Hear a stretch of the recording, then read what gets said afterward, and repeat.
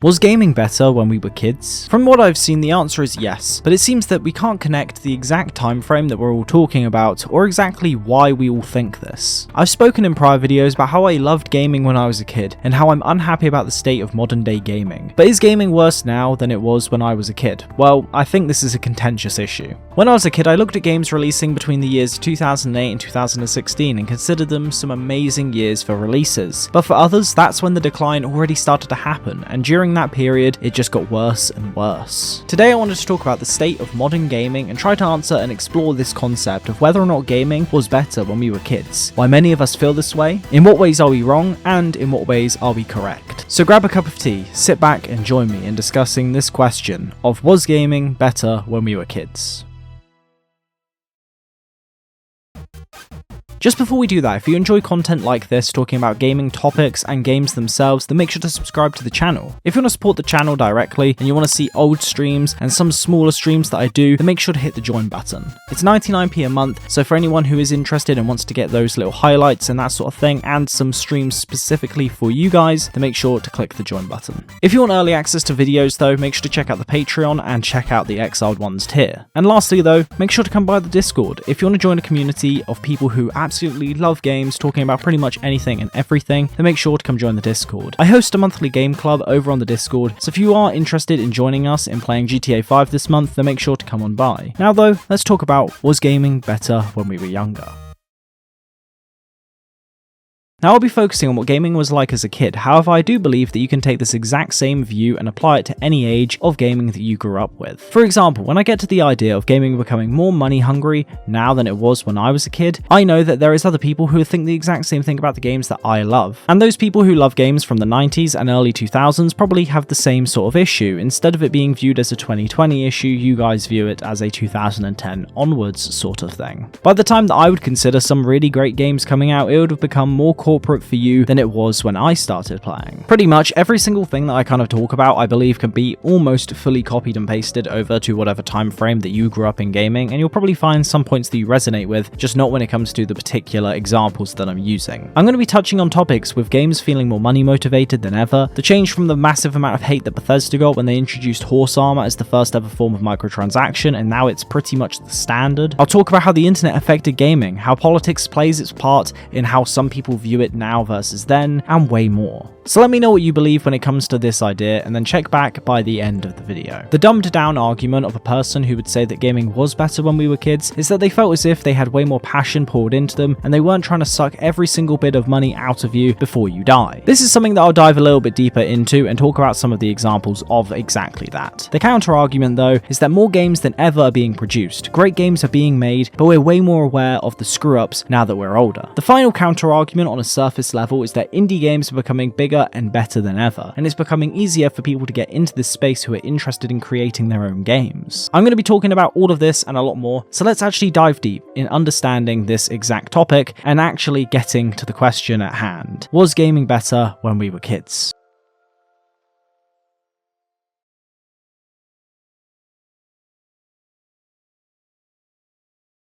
The first part that we need to go to in understanding this feeling is expectations. When we were kids, we had pretty much none. 99% of the games we played were good enough and enjoyable, and the ones that weren't were games that we rarely even picked up and played because they weren't on our radar when we were kids. And some of them that were, 2 out of 10s, were actually games that we were able to get into because our imagination was doing a lot of the heavy lifting. And when we're talking about indie games, for example, a lot of us probably never checked out indie games when we were first starting. One, because it was really hard for any of them to exist within the niche itself, but also because the dominance of them as they are today is nowhere near as, precedented as it was back then, and therefore just wasn't really something that was a broad market appeal. When I think about games that I played growing up, I can't honestly tell you any that would be released in the modern day and get away with the state that they are in. Not only was the games not particularly, outstanding when it comes to a lot of their mechanics, we also have the fact that age plays a massive role in the way that we view games and how we actually are way more critical of them now than we were then. But on top of just our age criticism, I do believe that in some way it has become more predominant nowadays for us to have more critical opinions of games when it comes to the way that the internet exposes us to these ideas. We see games like Assassin's Creed 2 and Skyrim that people will claim aren't actually as good as others claim. But what people don't seem to understand is that these games are massively influential and were the core reason for many different games that they may love coming out now for releasing and the way that they influence the market. They played a role in the way that games are designed today and how many games that people say are amazing today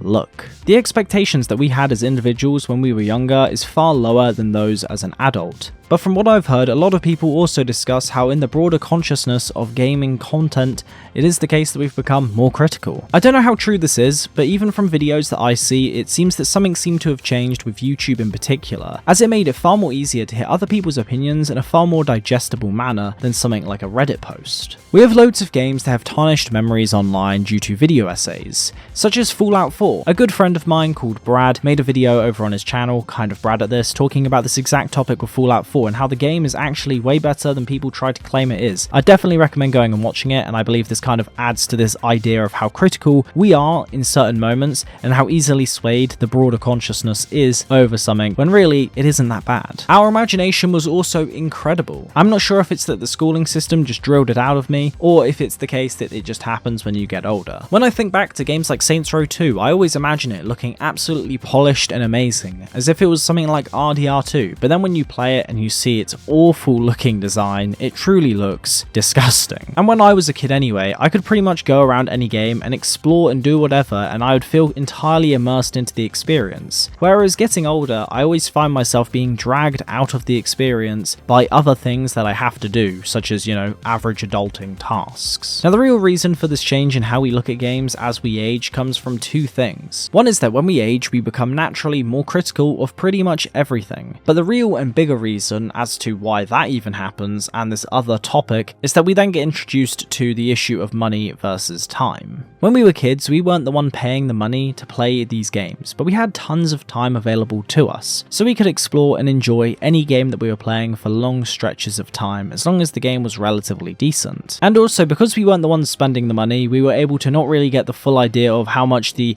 time to money ratio gets put into, and the quality to money ratio. When we get older, we have some money, but not loads of time, and we now need to take control of both of those things, both of our money and our time, and see what is actually right to spend both of those things on. Why would you want to buy a game like Starfield that has massively mixed reviews and is hours upon hours long, whereas you could buy a game like Helldivers 2 that has amazing reviews, you can play with friends, and you don't have to put tons and tons of time into to truly enjoy? Or at least, just to mention, because obviously the reviews aren't amazing on Helldivers 2 currently, but they're recovering anyway. Now, this isn't necessarily a good or bad thing, and I believe our youth kind of shapes the way that we view certain games, and as we get older, that view of it kind of molds the way that we're becoming hypercritical of certain things in the future moving forward. The reason that I say this is that someone can enjoy a game that isn't designed to be the best game ever made, but is in a good spot because they enjoy the experience and just accept it for what it is, but they don't go around preaching that it's the best thing ever made. Then you can have people who, let's say, enjoy something like the Suicide Squad and think that it's good and perfect, and they're a little bit off the edge when it comes to their inability to critically think. Whereas the same is also true in reverse. If all you do is rip apart every single game in existence and never allow yourself to truly enjoy something that isn't a 10 out of 10 masterclass of the genre that you love, then you're never really going to enjoy any game that's ever coming out,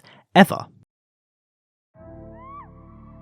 The first and most common reason that I hear for a lot of people's issues when it comes to modern games is their launch, or at least the way they are on launch. We have companies releasing games like Redfall, Cyberpunk, Pokemon Scarlet and Violet, Jedi Survivor, and Fallout 76. All are games that have been worked on since their launch, or are entirely perfect now. However, they've all had this glaring stain on their record, which was their launch. Sure, gamers in a way are playtesters in some sense, like not every single bug and issue is going to be found by the company before the game comes out, but many of those games that I mentioned are notorious for glaring issues and massive crashes. Should have been easily visible when the game was being produced, because something like Jedi Survivor, a game that I really enjoyed, had massive FPS issues that any of the development team would have been aware of. Games being released broken has caused a lot of what is the modern day gaming experience, which is hyper skepticism of every single game coming out, a lack of trust with many studios on the quality of the game games that they're making, and a disconnect from what is the hype cycle. Hype is something that I don't actually believe is a bad thing. Yes, it can be used and manipulated, but for many, the level of enjoyment of something coming out and the anticipation for that thing is even more enjoyable than just playing the game itself. Someone who's hyped for a game is gambling this initial feeling, this excitement that they're having, in hopes for that massive reward later on of loving the game and taking full advantage of the hype. However, the reverse is also incredibly harmful. You could end up massively hyped for a game that turns out to be a bad product, and it leaves a massive sour taste in your mouth forever and makes you really struggle to ever trust any other game company when it comes to the way that they release things. And eventually, that exact same hype, that exact same love that someone might have had for the thing when it came to going towards it can morph into hate.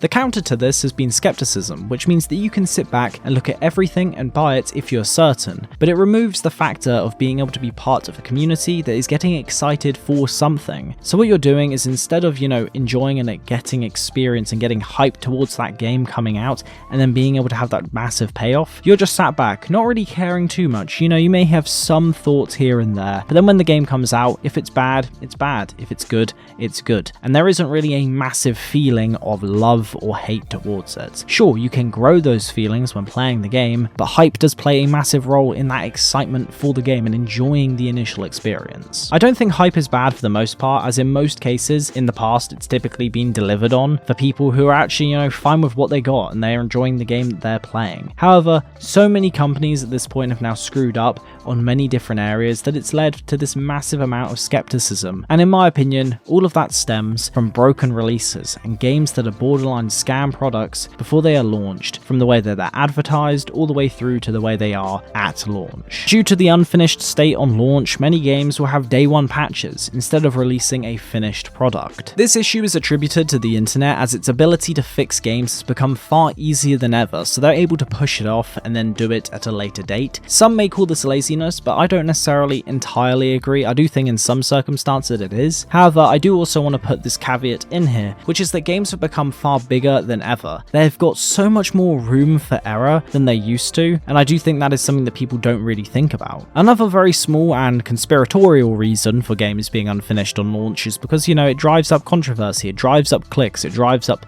thoughts about a game. Sure, it may tarnish its initial reputation, but if a game like No Man's Sky can recover from its launch, then I think anything can. This is something that has hit the gaming world enough times that it's caused a massive load of skepticism about every single game launch. Nobody is willing to pre-order any games anymore, with maybe a few exceptions. For me, those exceptions are GTA 6, that is a game that I know 100% I will pre-order, the next Red Dead game, and Elder Scrolls 6. Outside of those three games, I honestly can't say that anything else in particular is interesting enough for me to want to pre-order it. Maybe whatever the next Jedi Survivor game is, or Jedi game, that might be something as well. Hype dying due to its inability to wait and make sure the product is in a good enough state has caused many to believe that maybe games were just better when we were kids. But the counter argument to be made is that games are still releasing that weren't entirely all up to scratch back then as well. For example, a game like Fallout 3 still to this day has so many issues with its stability. We have other games from that era that had issues, but due to the size of the game, they typically were only a few and not really many massive issues. Which then just adds to this idea that games were just more polished back in the day and now they've become lazy, and now that it's all just the developer's fault for all of the issues going on. But again, I do want to make the point, the games are so much more expansive now than they were back then, in almost every single regard. So your argument can be made with 100% confidence if you want more games that don't push themselves too much, or at least they pull away from trying to do as much as they can all the time, which is an argument I'm willing to get behind. Another massive side of this argument is that people feel as if companies are prioritizing money and market capture. This shouldn't be anything too surprising to hear. Gaming as an industry at its core is an industry trying to turn a profit, but more companies found that they make more and more profit if they opt to do things that extract as much from you as possible. The game that gets used as the extreme antagonist of this extreme change is Fortnite. It was a game that came out of nowhere, was free to play, but did the microtransaction side really well, giving you quality content for the customers who are actually wanting to pay it. It utilized a price range that didn't feel over the top, and it made a free to play game become one of the most profitable within the industry. And the industry saw this change. It happened slowly and over time. Games didn't have many ways of making extra money when I was younger, and due to this change, it kind of feels as if the blame is put on the factor that these microtransactions exist within the industry. However, our view as the consumers has also changed massively since then. For starters, the only real way that companies could make money outside of their game in the 90s and early 2000s was to release DLC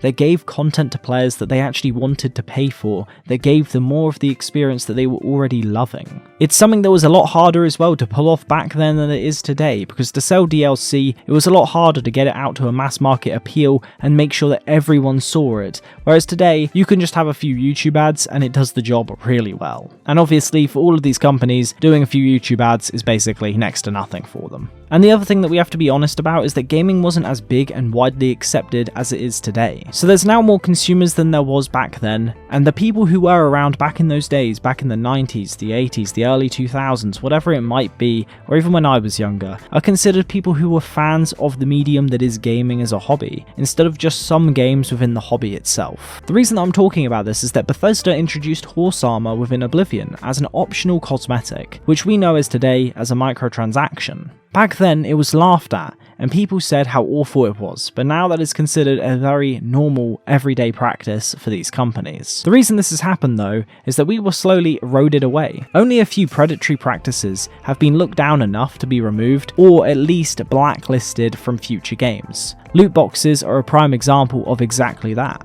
This is a change that we've seen happen over time, and no matter what, we can all agree that gaming on paper has become more monetizable, but I don't know if the answer is that gaming has become more money hungry, or if the case is that all these companies have followed the standard business practice of growth based off something unique, get a customer base locked in, and then rinse them all for their money.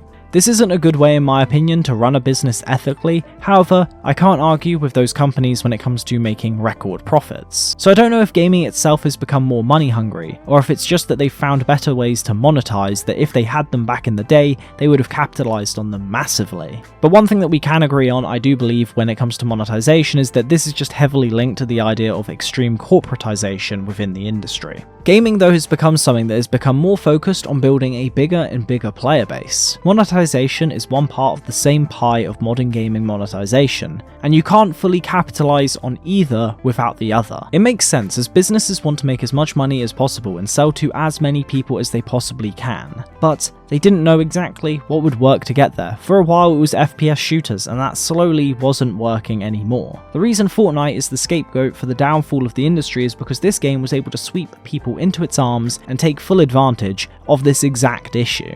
Every company after Fortnite wanted to become the next big battle royale. This is why we got games that were as close as possible to taking on the competitor of Fortnite, which was Warzone and Apex Legends, both of which are rammed with microtransactions. The next game that I believe is going to be the next copy-paste version of making money within the gaming industry and doing it in a guise of a more ethical manner is going to be Helldivers 2. More companies like Xbox with Halo or Disney with Star Wars are going to be able to make games with very similar feels in the worlds that people already know, and those games will 100% sell well. But both are wanting to make as much money as possible for the sake of being able to have that number tick up on their sheet for their investors. And really, all of these issues, the issue of corporatization, modern day monetization, is all going to be summed up in what people really dislike, the bigger area. Yes, monetization with microtransactions is something that I have an issue with something like Assassin's Creed games, where they have these sorts of practices within single player titles. But really, where a lot of us think about these issues, we think of one particular genre of game, which isn't really a genre, it is a type of monetary system, which is live service. Some will have complaints about things like Valhalla having XP boosters, which I do, and I don't see any point in a single player having any form of microtransaction in it outside of a DLC. And outside of boosters, you've then got skins for different things that you can get within the game. As what is the actual value of an XP booster? It's not like you can show it off to your friends and show it off within something like Fortnite. At least Fortnite you can gloat about the thing that you bought. Within this game, you're just buying it for the sake of it and you're ruining your own pockets because you want to give Ubisoft a bit more money so that the game's a little bit easier for you. Most of the issues that I do hear when it comes to this idea of, monetization practices within games, I think can be more levied towards the idea of live service as an industry instead of being money hungry themselves, as all businesses are going to be money hungry. They're going to want money. Sure, there's different ways of doing it, and I think live service in particular is where you start to really walk the grey line of ethics. Due to companies wanting to make as much money as humanly possible, as that's, one of 3 of the main reasons companies exist, and it's the lifeblood of a company, they want to be able to get many people playing their games, so they can make as much money as humanly possible from those people, which also means so that people can capitalize on these massive events. Games like Helldivers, games are being rushed out and going to be getting made within probably the next year, and you're going to see the Helldivers clone. And the other thing with it is that all these games end up being pushed to a broader audience instead of just a niche down micro audience that you might get with something like the FromSoft games. And the thing is as well, FromSoft aren't even, shy from this.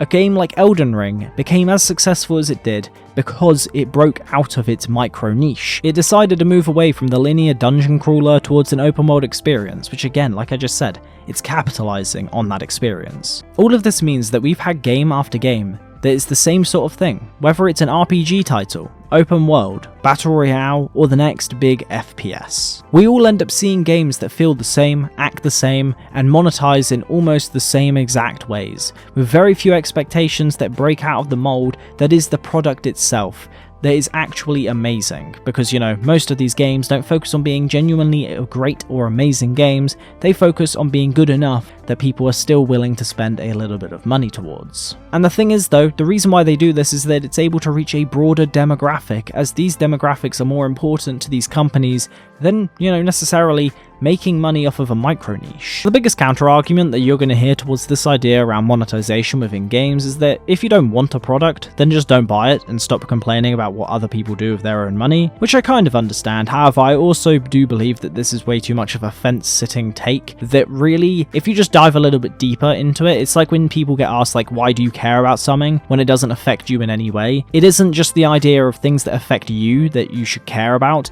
The idea is that even if it's something that doesn't affect you, to a degree, you should still care about something because it could affect others in a negative way. And this is one of those issues. You may say that, well, just don't buy microtransactions. Don't do that, and then you're doing your little bit. Well, yeah, kind of, but at the same time, you can still ask for something to be broadly done across the industry instead of, being used as a predatory microtransaction tactic. And the other reason why I do generally disagree with this take is that one of the biggest complaints around microtransactions aren't the microtransactions themselves, it's the factor that these games don't add any form of DLC or extra content. GTA 5 is a prime example. Instead of people, getting a GTA 5 DLC where we got more storylines to do with Trevor, Franklin, or Michael, if we got more of that, I guarantee you way more people would be okay with the way that GTA Online has been for however long it's been now, over a decade. The factor that that game has been as the way it is for as long as it has and no single player DLCs come out, it's made people a bit fed up and a bit sick of what is the drip feeding experience of online that's just trying to get every single bit of money from you within the shark cards.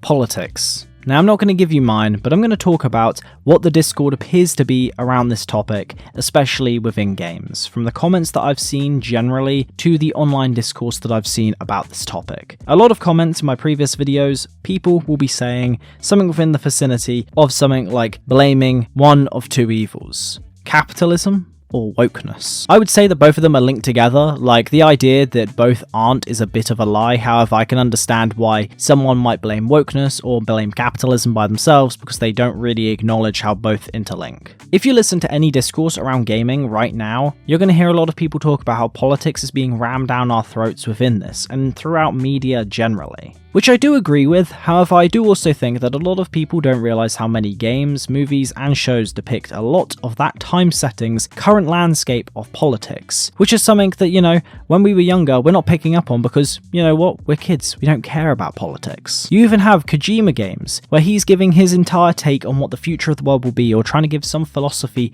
of what something is embedded within the story. Plenty of games have political issues and have spoken about them in different ways. However, the reason why people seem to care more now than they did then is about the way that they go about doing this. So, let's talk about the Sweet Baby Inc. situation. Now, I'm going to give you what I believe is a pretty easy way of viewing the situation. However, I know I'm not going to please everyone with this take, so here you go. I'm not anti a company existing if they want to promote something that they claim to promote. They say it on the tin. They say exactly what it is. However, the issue that people really have with this is more about the way that they go about it, the way that they push themselves through the door instead of being a reason and executing it in a way that is actually done legitimately and in a way that isn't just basically bullying their way in. If you're a creative working in AAA, which I did for many, many years, put this stuff up to your higher ups.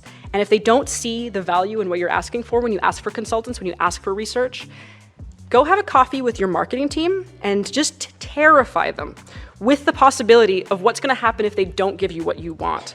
Because they have to consider, like, I say that out as a joke, but it's actually very, very true, because if you start to consider the people who are player and audience facing and who have to deal with mitigating harm and with keeping the sentiment around their game and their project positive, there's like a genuine value that you can impress upon them with both ethically and financially. You can say this is important. From people being told to pressure the companies they work for to take them on as consultants, through to diversity in a game for the sake of diversity instead of it having any meaningful impact on the game. Now, the reason that this is being perceived as an issue is that people believe that, generally speaking, that these companies are, you know, putting way more of a focus on those issues rather than the game being good or making a game that has those issues hit. You know, if you want to have diversity in a game, do it, but don't do it in a way that is either ruining either source material or is done in a way that is pretty much just ramming it in for the sake of it, instead of it making sense within the game's setting. Sweet Baby Inc. is the current scapegoat for this issue, and the reason for this is that people feel as if they were gaslit for even thinking that companies were doing this exact same thing in the gaming industry. They've been told that companies are just doing whatever makes them the most money. But for something like Sweet Baby Inc., we see that they pressured companies to take them on via staff with the same political ideologies internally pressuring them. This just adds to this feeling for gamers that has been, you know, pushed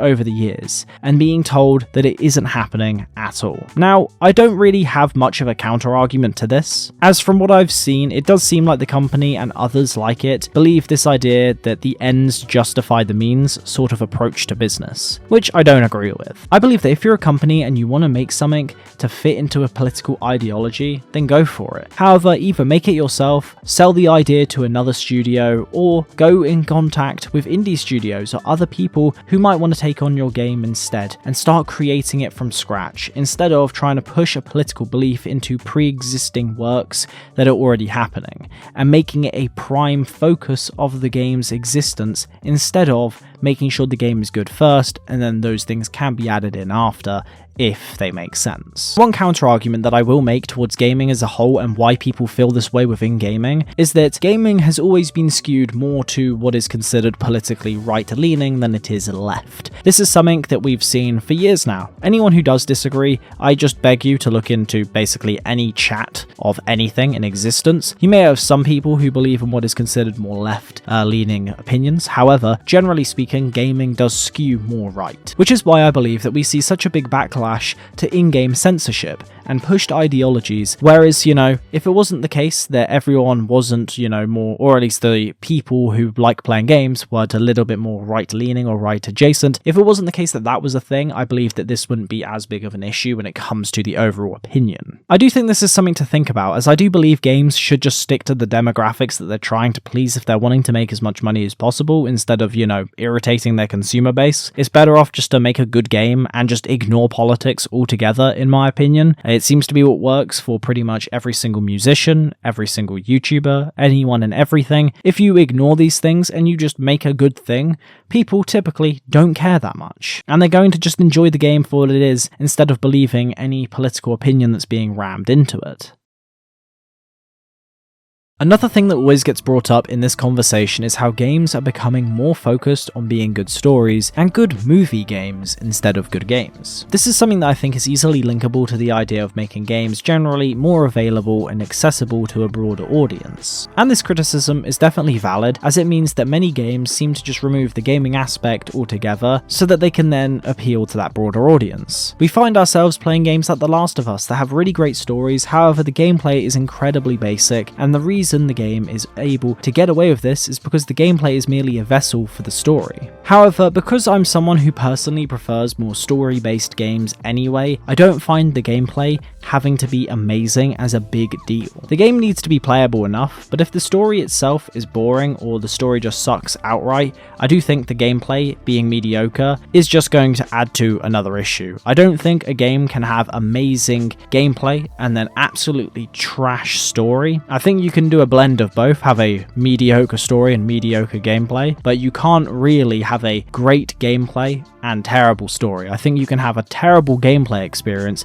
plus a good all-round amazing story, or not even terrible gameplay experience, just a decent enough one, and it allows you to still get along with it, or at least for a lot of people. Again, this is all connected to the broader audience aspect. Generally though, I don't believe that this critique of games really matters, considering you have tons of games, if not more now than ever, that are being made from indie games, or indie studios generally, that allow you to mess around with loads of cool mechanics. The only part of this criticism that I would agree with is that companies needing to make more innovative ideas with things like combat, for example. There was a game that me and my friends played whilst it was in beta, and it was a game that was a 2v2 that had 3 rounds in it. And the main thing with the gameplay that made it unique was that every single round, so you'd have the first round where you would go in, do whatever, kill the other team, or they kill you, or 1-1, whatever it might be. Then the second round, you're doing the exact same thing, but you've also got your hologram there from the first round. And the idea is that by the time you get to the end of the third round, the idea is that hopefully whoever's got the most people alive by the end of that will win. So it's the case that, let's say in that third round, you see yourself about to die and you can kill the person who was about to shoot you, that character stays alive. And it means that it was a unique gameplay experience, it made it fun. However, their lackingness themselves to grow as a game was the death of its game in my opinion. It was a really cool premise, however, sadly the community was anti-change massively, and any form of criticism that was levied to this idea was shouted down, and I believe, like I said, it's the reason it died. Now the reason that I bring this up when it comes to it is that these games do exist where you have interesting systems being added and so on, but again, there is this blend, this difficult balance that companies, indie games, all of these companies have to make between making something unique and cool, and then also being able to captivate a big enough audience to come get into it.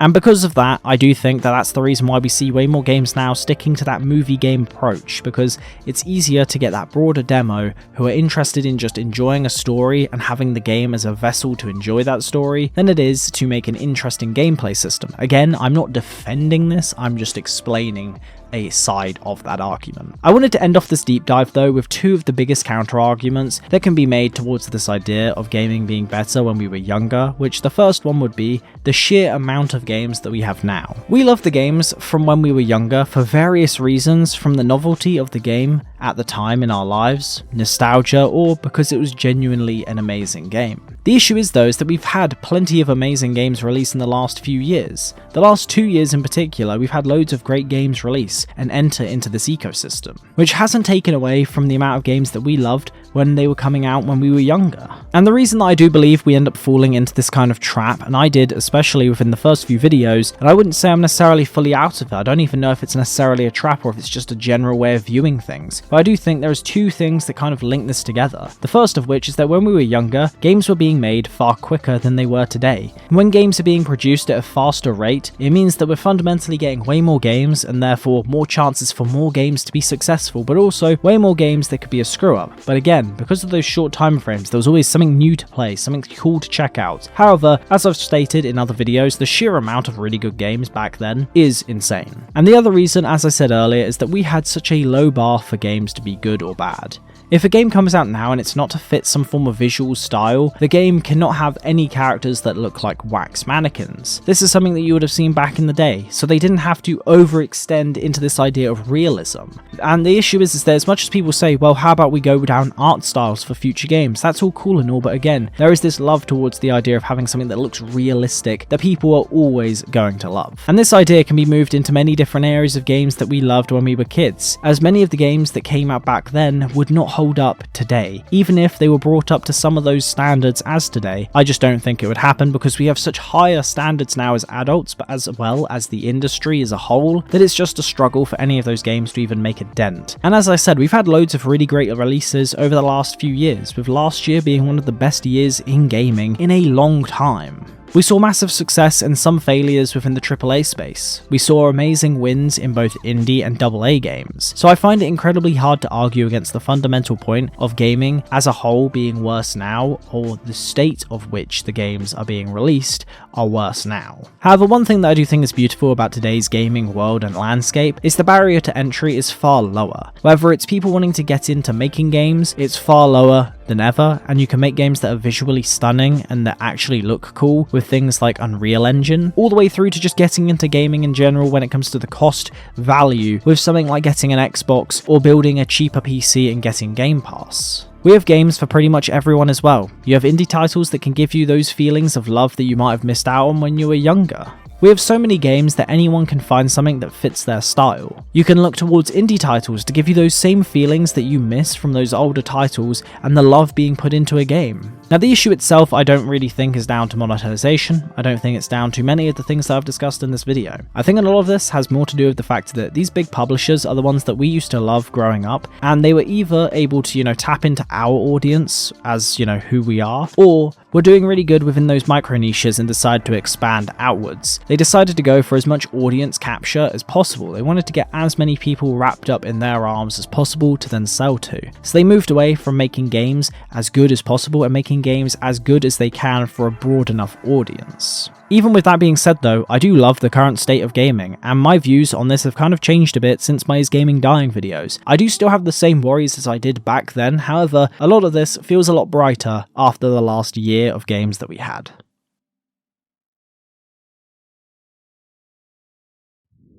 So, what are my thoughts about games? As I've pretty much given you some ideas towards some of my thoughts, and I've given you pretty much the arguments that I've seen most commonly used towards this idea of was gaming better when we were kids. Now, my general belief comes down to this idea of expectation. As I said a second ago, I do think that, the idea of companies breaking into other markets and wanting to broaden their audience is a big deal. However, I do think expectations are kind of the root issue here, more than it is the case that gaming is actually different. Sure, there is some aspects.